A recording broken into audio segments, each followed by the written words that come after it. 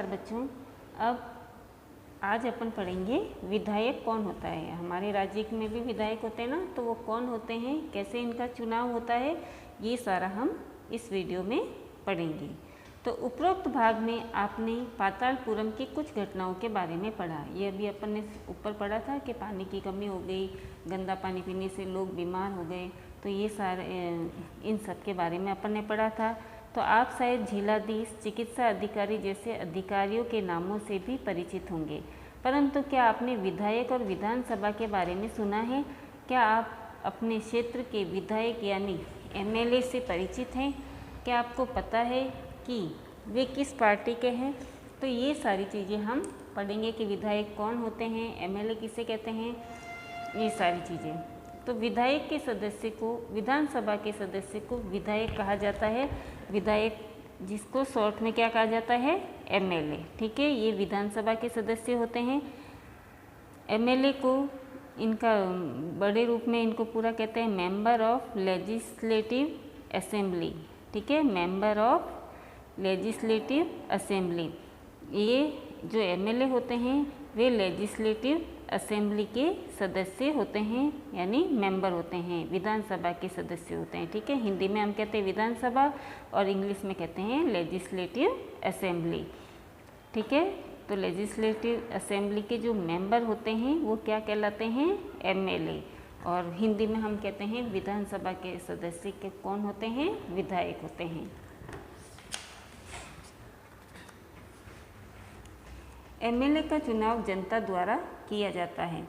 फिर legislative assembly के member यानी विधानसभा के सदस्य बन जाते हैं। अब देखो, सबसे पहले क्या होता है, स्थानीय स्तर पर हमारा जो राज्य है पूरा राजस्थान, इसमें क्या होता है कि राज्य स्तर पर अलग अलग जिलों में, पूरे राज्य को अलग अलग जिलों में बांट दिया जाता है। फिर वहाँ पर वोटिंग करवाई जाती है। अब जैसे शुरू से करते हैं, जैसे हमारे अब मोहल्ले में और ये जैसे सेक्टर वाइज और ऐसे अलग अलग वार्ड में बांट दिए जाते हैं। अब वार्ड में जो चुनाव होते हैं वो पार्षद के चुनाव होते हैं। फिर पार्षद क्या करते हैं, इन एमएलए का, विधायकों का चुनाव करते हैं और वे विधायक फिर आगे विधानसभा के सदस्य बनते हैं। तो एमएलए का चुनाव जनता द्वारा किया जाता है। फिर लेजिस्लेटिव असेंबली के मेंबर यानी विधानसभा के सदस्य बन जाते हैं। अब जनता पहले पार्षद का चुनाव करते हैं, फिर वे विधानसभा के सदस्य बन जाते हैं, विधायक बन जाते हैं और फिर वो सरकार बनाते हैं। अब इस प्रकार हम कह सकते हैं कि विधायक जनता का प्रतिनिधित्व करते हैं। नीचे दिए गए उदाहरण से यह बात और अधिक स्पष्ट हो जाएगी। अब इसको हम कैसे समझेंगे कि भारत के हर राज्य में एक विधानसभा है। जैसे हमारा राजस्थान है और राजस्थान में क्या है, हमारी एक राज्य की अलग विधानसभा है। ठीक है, हर राज्य की अलग अलग विधानसभा होती है।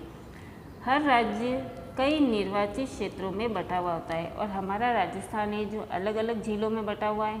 आगे समझ में, उदाहरण के लिए यहाँ दिए गए मानचित्र को देखिए, इसमें दर्शाया गया। अब इस किताब में हिमाचल प्रदेश का उदाहरण दिया गया है।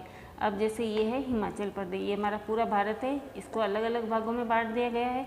अब यहाँ पर ये हिमाचल प्रदेश है। ठीक है, ये वाला, ये ऊपर इधर, ठीक है, और यहाँ पे ये पूरा इसका अलग से दिया गया है। अब जो हिमाचल प्रदेश है इसको भी अलग अलग भागों में बांट दिया गया है ना, अलग अलग जिले बन गए हैं, छोटे छोटे, कोई छोटा है कोई बड़ा है। ठीक है, अब ये इतना बड़ा क्यों है, क्योंकि यहाँ पर पहाड़ी क्षेत्र है इसलिए। तो इसको अलग अलग 68 भागों में बांट दिया गया। कितने भागों में बांट दिया गया, 68 भागों में। हर निर्वाचन क्षेत्र से जनता एक प्रतिनिधि चुनती है और हर जिले में अलग अलग चुनाव होते हैं। आगे समझ में। और यहाँ पर अब ऐसे तो नहीं एक ही व्यक्ति खड़ा होगा, है ना, आमने सामने। जैसे कांग्रेस और बीजेपी की दो पार्टियाँ होती है, दूसरी एक अन्य पार्टी भी होती है, कम्युनिस्ट पार्टी भी होती है। तो इनके कोई अलग अलग जो नेता होते हैं वो निर्वाचन के लिए खड़े होते हैं। ठीक है, हर निर्वाचन क्षेत्र से फिर जनता प्रतिनिधि का चुनाव होते हैं और जनता अपना नेता चुनती है। विधानसभा का सदस्य यानी विधायक बन जाता है और ये सारे जो सदस्य होते हैं चुने हुए, ये क्या बनते हैं, विधानसभा के सदस्य बन जाते हैं, विधायक बन जाते हैं। आपने कि चुनाव में लोग अलग अलग पार्टी के नाम से खड़े होते हैं, अलग अलग पार्टी के, कोई बीजेपी का, कोई कांग्रेस का, कोई अन्य पार्टी का, कोई कम्युनिस्ट पार्टी का, कोई निर्दलीय का। तो इस तरीके से अलग अलग पार्टियों से वो जुड़े हुए होते हैं और अपनी अपनी पार्टियों के नाम पर वे खड़े होते हैं। इसीलिए ये विधायक अलग अलग राजनीतिक दलों के होते हैं, इसीलिए अलग अलग पार्टियों के होते हैं। जो लोग विधायक होते हैं वे मंत्री या मुख्यमंत्री कैसे बन, अब विधायक बन गए, अब ये विधायक ही मंत्री और मुख्यमंत्री बनते हैं। तो कैसे बनते हैं कि जिस राजनीतिक दल के विधायक आधे से अधिक, अब यहाँ पर देखो ये दिया हुआ है। अब हिमाचल प्रदेश में 2017 में विधानसभा के चुनाव हुए। अब उसका परिणाम है भारतीय जनता पार्टी के कितने वोट आए, 44। इंडियन नेशनल कांग्रेस के कितने आए थे, 21। कम्युनिस्ट पार्टी का 1, निर्दलीय का 1 और निर्दलीय का 2। ठीक है, तो इन सबको जोड़ेंगे तो 68 हो गए। ठीक है, तो इस तरीके से इनका चुनाव होता है। अब इसमें सबसे ज़्यादा बहुमत किसको मिले हैं, जनता पार्टी, भारतीय जनता पार्टी को। तो सरकार किसकी बनेगी, भारतीय जनता पार्टी की। ठीक है, तो जिस राजनीतिक दल के विधायक आधे से अधिक निर्वाचित क्षेत्रों में जीत जाते हैं, अब यहाँ पर सबसे ज़्यादा किसके विधायक जीते हैं, भारतीय जनता पार्टी के जीते हैं। राज्य में उस दल को बहुमत माना जाता है। अब इस दल का क्या हो गया, बहुमत हो गया, बीजेपी पार्टी को बहुमत मिल गया है। तो बहुमत प्राप्त करने वाले राजनीतिक दल को सत्ता पक्ष और अन्य सबको विरोधी पक्ष वाला कहा जाता है। अब जो जिसके पास ज़्यादा वोट हैं तो सरकार किसकी बन गई, अब यहाँ पर बीजेपी की। और ये दूसरी जो अन्य पार्टियां हैं जैसे कांग्रेस है, ये कम्युनिस्ट पार्टी है और अन्य पार्टी है निर्दलीय, तो ये क्या हो जाएगी, इसकी विरोधी पार्टी बन जाती है। ठीक है, तो ये इसका विरोधी पक्ष कहलाता है। उदाहरण के लिए हिमाचल प्रदेश की विधानसभा के विधायकों के 68 निर्वाचन क्षेत्र हैं।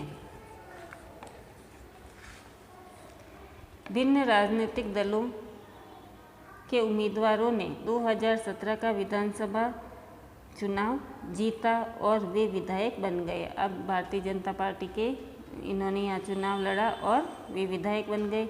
विधानसभा के कुल विधायकों की संख्या 68 है, इसीलिए बहुमत प्राप्त करने के लिए किसी भी राजनीतिक दल को 34 से अधिक विधायकों की आवश्यकता होती है।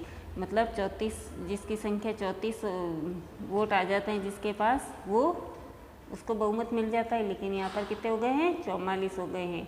तो इसको बहुमत मिल गया बीजेपी को और वे सत्ताधारी दल के सदस्य बन जाते हैं। अन्य सब विधायक विरोधी दल के सदस्य बन जाते हैं।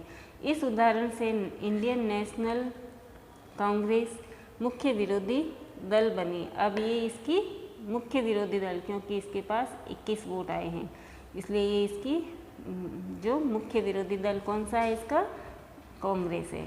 क्योंकि भारतीय जनता पार्टी के बाद अधिक विधायक उसी के थे, किसके थे, कांग्रेस पार्टी के। तो विरोधी पक्ष में कुछ अन्य पार्टियां भी हैं और कुछ निर्दलीय उम्मीदवार भी हैं जो चुनाव जीतकर आए हैं। अब चुनाव के बाद सत्ताधारी दल के विधायक अपने नेता का चुनाव करते हैं। अब जो जीत गई है, ठीक है, बीजेपी में कितने वोट हो गए हैं, 44। अब इन 44 में ही वापस चुनाव होते हैं और वे अपने नेता का चुनाव करते हैं और वो नेता क्या कहलाता है, मुख्यमंत्री कहलाता है। आगे समझ में।